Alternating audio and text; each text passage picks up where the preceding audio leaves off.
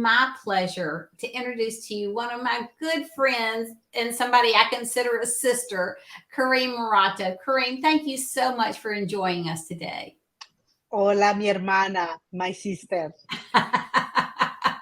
I had 7 years of Spanish. I should know that, but I'm just going to shake my head and know it was something very sweet. Thank you. Gracias. Let me just tell you before we start a little bit about Karim. Karim is from Guatemala. Her husband is from Bolivia, and they met in the States. She came into the States in 1992, but y'all met when you were in college, I think, and going to church together and fell We in were in love church. and got married.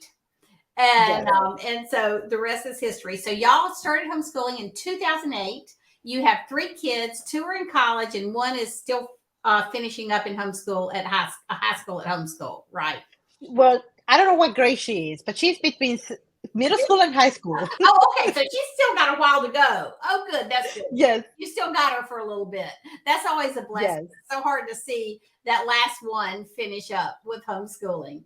And so your titles are, Kareem, help me out with this. At HSLDA, you are in charge of Hispanic outreach and Yes, I bilingual. am Go ahead. Go ahead.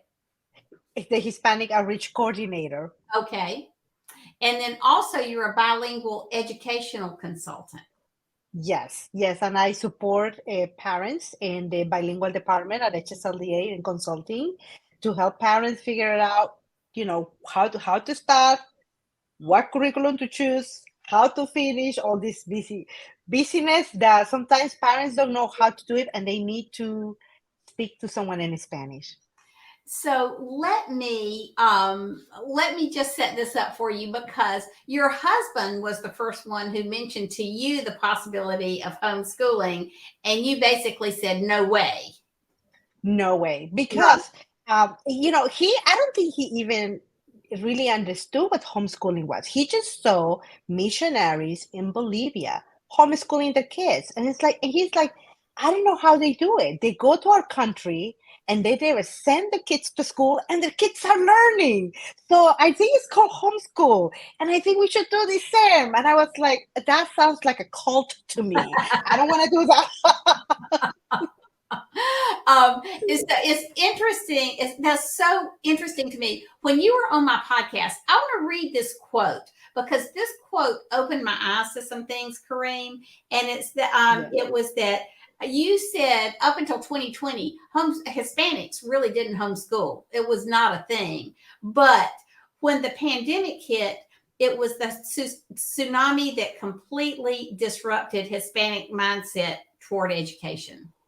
Yes, yes. And remember, many Hispanics that are in the United States, we have first generation, second generation, but a lot of the first generation, they're thinking we're coming to this country to get the best education possible. This is why we're doing this sacrifice of leaving our country. And then the pandemic, revealed that it is not everything the way they thought.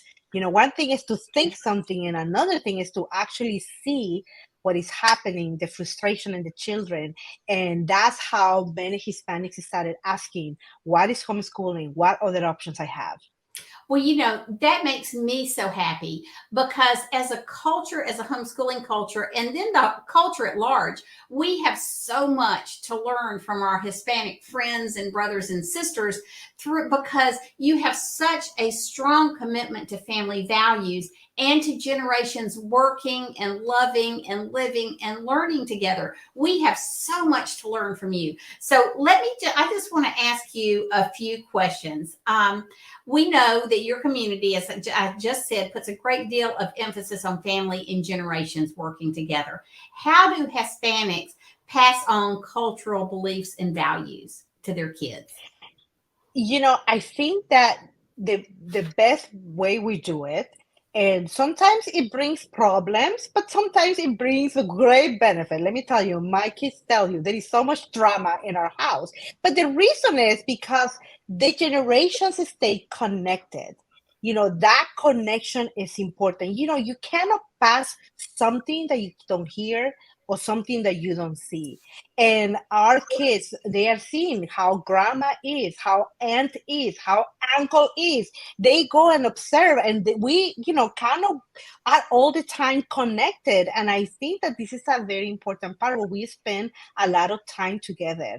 And there is no such a thing like I see you in the holiday. No, I see you next week, or I drop out your house without appointment. I'm just here. So I think that way that we are connected, uh, it is the way that our children are learning, not just how we are as a parents, but how grandma is, how the uncles are, the aunts, and it's just something beautiful that I so appreciate. Although I'm telling you, sometimes it gives us headaches, but the benefits are amazing. I'm dropping a warning just in case. Well, the Bible scripture is so clear on how God's grace is for generations to come, to 1,000 generations for those who love him. And so the scripture is so full of us relating to the generations. I just feel like we lose so much in our culture when we don't do that. So you told me a couple of things. You said that your mother is often your substitute teacher. She's my substitute teacher. And my kids, like tomorrow, I have to do something for HSLDA, and I can't take Elizabeth. So I called my substitute teacher, and she said, I'm going to be there at 7:30. And another way is your mom doesn't speak English. Is that correct? Or your grandmother No, doesn't speak English? my mother, so abuelita, which is my mother, her English is very limited. She speaks, but obviously Spanish is her first language, and I just thought about this. My daughter came to me one day and she said, "Why, grandma, when she speaks English, she only speaks in the present tense?" I never thought about that because I just listened to her English and I think she's speaking perfectly, but obviously only in the present tense. But but this is true. This is one of the reasons why in Hispanic families, keeping the language, preserving the language, is not a choice. It's a matter of how you're gonna communicate with your family members. And I love the value you put on that. So I would say to those of us out there who are non-Hispanics that we need to make sure that our kids are communicating with their grandparents too. And while we all speak English, we know all too often our teens and our elderly parents don't often speak the same language. So it's on us to teach our children to communicate with the generations that came before them. Both of our dads, mine and Joe's dads, were World War II vets, and they had so much to share with our children about those. And so along those lines, you told me, Kareem, that family stories and histories are vitally important in your Hispanic community. Yes, I think that when one of the things tell my kids always is like, make sure that you listen to everything grandma say. And my kids like, Mom, she never stopped. She can speak for 3 hours, and you will listen for 3 hours. Because I think that we need to teach our kids how to listen. How do you honor someone? You honor someone by seeing them, by listening to them, by interacting with them. And I think that this is so important for us to just remind our children that there are our generations from the past, they have so much to give to us. And grandma has a lot of stories, and a lot of those. And now that I think about it, are testimonies, victories that she had, and and everything that happened to her. Most of those experiences were from Guatemala. And in my husband's case, is Bolivia. So if we don't intentionally teach our kids to really honor our grandparents by really listening, interacting, and speaking to them, and I just think that so many valuable lessons can be lost. I really agree with that too. I love your concept of honor. I think honoring others is something that our culture as a whole has lost. There's so many divisions among us now that we've lost the concept of honor. And I just love that you're introducing that that word and that concept back into our families. So those of you out there who haven't taken the time because you're busy as a homeschool mom, I would really encourage you to start visiting the grandparents and learning their stories and their family histories. I think that's really important. Tell us a little bit about the project you recently gave your daughter that involved her grandmother. Okay, before we go that, I think I should put this note as if you are related to any Hispanic family, part of the communication, because we were talking about communication, is also that every time you see grandma and uncles and aunts, you Yes. need to hug, you need to kiss. And when you're leaving, you need to hug and you need to kiss and you need to say it again. And my kids used to complain, say, like, why do we have to do it twice? Because that's how we do it.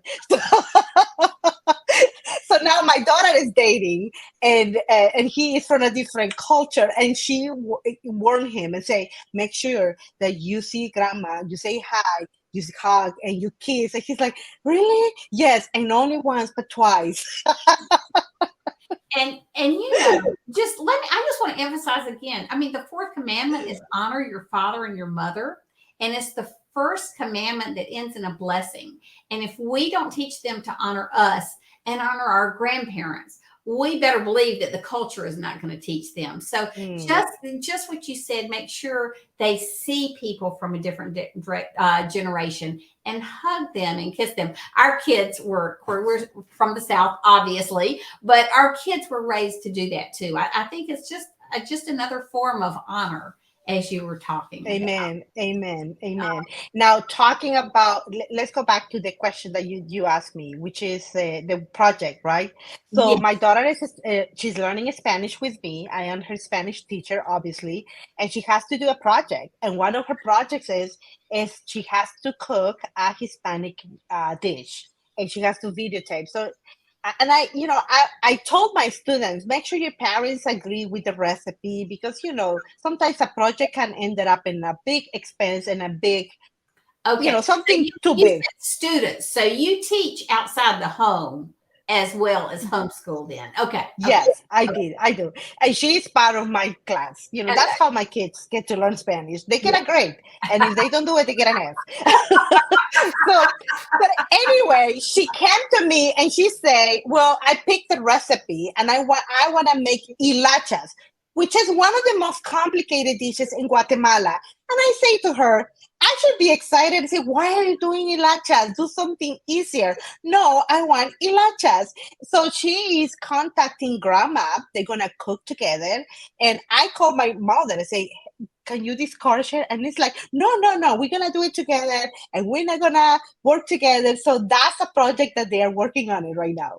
That's great. That is fabulous. I love the idea of recording that. I mean, just use your iPhones, folks out there, and capture those memories and those pictures of those times with your children and their grandparents or even great grandparents. Joe's dad's still alive, and he's 98. And our grandkids are as old as 15 and 16, as young as 3 months. But they'll have all these memories of a great grandparent as well. So make Wow. sure you record those so that they can go back and see them later and show them to their children.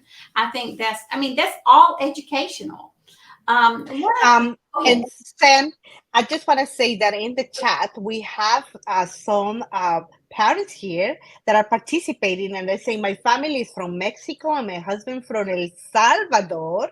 Ah, And also, here is somebody saying, my husband is from El Salvador, and we try to incorporate his culture in everything. The same thing with the family and his mamita. They call her mamita, abuelita. That's so good. So we have a lot of parents that are participating and sharing their stories. I wanted to let you know. that is great. And also parents, I want to let you know that we need to be telling our children the history, the stories of our country that led us to be a free country. I mean, freedom is not free. And how did we win this freedom? We know it's God given, but what role did people have in that from the colonies on? Because this is a country that people want to come to, not leave. Mhm. And so we need to be faithful faithful stewards of our country stories, our national stories and heritage, and that love for freedom too. So one other thing, I used to do a workshop called "Turning the Holidays into Educational Gold" because I believe that the holidays are such a strong learning time. You may be learning differently than you learn in your textbooks, but it's educational nonetheless. So tell us how you make the most of the holidays in terms of that culture of learning generationally together. One of the things, I know it's not considered a holiday, but birthday celebrations are Mm, like good. holidays. Oh, those The are holidays. problem is, Sure, that's right. but the problem is saying that you have to attend a lot of birthday celebrations because everybody has to show up for your birthday. So that's one of the things that my kids grew up. They were little, and one day my son told me, "Why we cannot be like American families? We could just pick your best friends, 3 or 5." And I said, "No, no, no, no, no. You want me to declare a war against our family? I will not do that." So for years. I'm telling you, and I'm telling you, it's like a holiday, big fiesta. Everybody comes, and one of the things we do for birthdays is like obviously everybody's invited, but friends are invited, and we have to have a lot of food. But I remember my kids really enjoying those moments. At the beginning, they complain where everybody will say something about the person and then honor, we are so glad you were born and you're here, and they will just highlight why those kids were loved and important. And that was so nice. I don't know if everybody does it, but my kids knew, like, here we come, we're gonna have 1 hour of speeches. And it was a lot of fun. And also the holidays, we embrace to do Thanksgiving. We didn't know about Thanksgiving, but when we came to this country, like you were saying, we appreciate the having this time of the year to really be thankful, and we embrace that as a Hispanics. We do Thanksgiving, and then for the holidays, for Christmas. Oh my goodness. The 24th is a big fiesta. The 25, my husband and I, we told the kids, we're too tired from the 24th. We don't want to celebrate the 24th. But the kids like, no, we want like to be like the Americans, like we want to open gifts on the 25th. So we also did that. But it's all about one thing that we have in common is food. And that brings the topic of hospitality, Yes. right? So we love to share food, to cook, to talk, to laugh, because that's, making you feel amazing and that you belong to our family is one of those things that Hispanic families do very well. Yes, that is for sure. So, one other thing I want to ask you is just in terms of teaching the language to your children. Did they grow up bilingual? Has that been a struggle maintaining your heritage, your generational heritage Um, in this culture? Preserving is hard. And this is why, I love how Americans remember things that happen, and because how can you preserve something that you don't remember, right? So Hmm. I think that that's very important.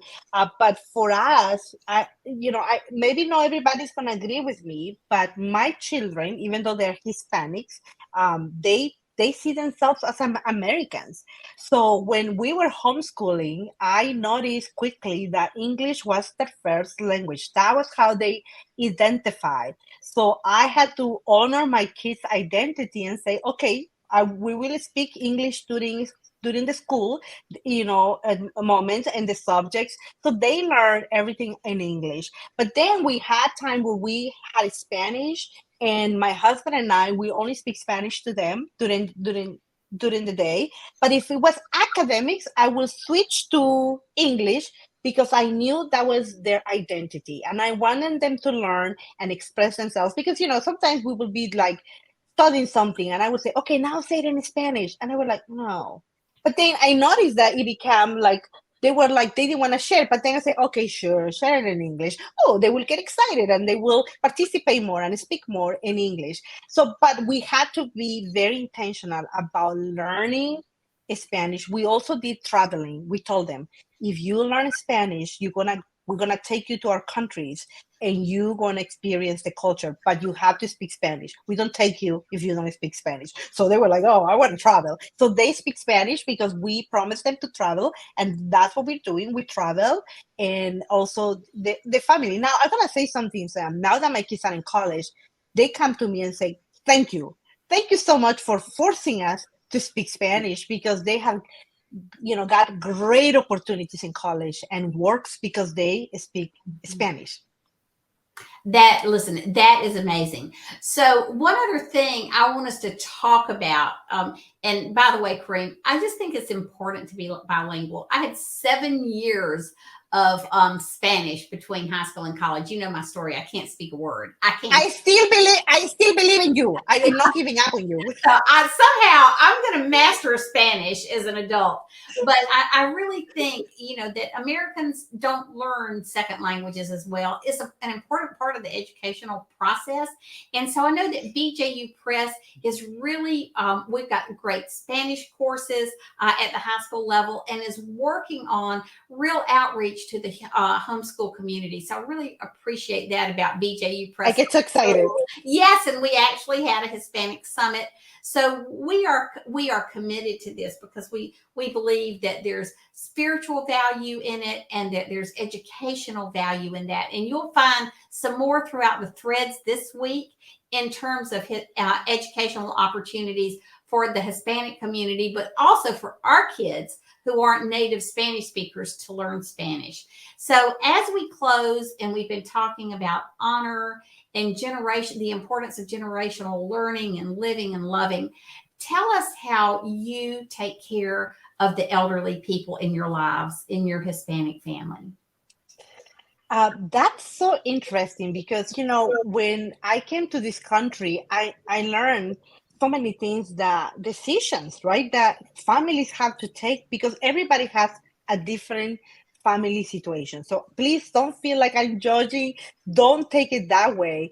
But, I still remember this conversation with my kids as they got older, right? And they was like, well, so so my son said, like, Mom, what is going to happen when you get older? And then my daughter answered, Kayla, what do you think is going to happen? They're going to live with us. Abuelos, they live with the families. And I just laugh because, I think that this is something that I see, at least every single family that I know, is that we kind of plan, how we're going to take care of our parents, because the parents need to be with the family. And it's my husband is doing that with his brothers and sisters. They are creating a plan how their parents are going to be with them as they get older. And also I have a plan with my sister and I, okay, how are we going to do with my mom? And you know that my mom lived with me 17 years. Really? When y'all first came to the States, or how did that work? Yes, she just came with me, and then my sister. But then there was a time where we were helping my sister buy her house, but also, so my mom stayed with us for 17 years, and now when we moved to a smaller place, now she's living with my sister. But it's one thing that it's something that the kids know. It's almost like it's ingrained. Like, you have to have a plan. That's right. It's second nature. So, and when you go into a Hispanic country, you see the same thing. You see that grandparents or grandfather is there, and that's how it is. It's almost like the kids can see. It's strange, right? But they can see how the person is becoming older, weaker, yes, and how that person needs more than ever, more than from you, right? And it's a lesson that we don't think about it. We just do it. But I know it's complex. It's a complex situation. But I'm telling you, grandma is there, and she's not going anywhere. She's learning how to use iPhone before she didn't. So now she get to text the grandkids and say, "Why you don't call me? Call me." That's a good use for text. Well, Yes. listen, we are running out of time, but I want to thank you so much for being here. You have reiterated so many of the things that we cherish in our Christian heritage, not just cultural heritage. And I really appreciate the way you've shown the spotlight on it. I remember so many conversations with Eugenia, who is Chisholm, who is in charge of our party, and the way their family has dedicated themselves to the older people in their generations. And so we've done spots like this in the past, but this just shines a whole new light and perspective on this for us, Kareem. And we appreciate your work in the Hispanic community. And we appreciate the Hispanic moms and dads that are out there and know that we are working hard also to build our ministry among you through BJU Press Homeschool. Thank you so much, Zan, and I really appreciate what BJU is doing what it preserve. Remind me, how do you say the other part? Homeworks by Precept. Homework. Okay, thank you. I'm learning that. I so appreciate it, because I gotta say to this community that you guys were the first up to say we want to help Hispanic families homeschool, and this is why we have such a special relationship, because you guys are there doing so many things to make homeschool possible for Hispanic families. And to your community, if you know any Hispanic families that want to homeschool, you guys have the resources for families to do it. So make sure that you connect the Hispanic families to these to your resources. Consultants, because we have, I think, 7 bilingual consultants now, which is really very nice. But thank you so much, Kareem. We love and appreciate you so much, and thank you for all your work.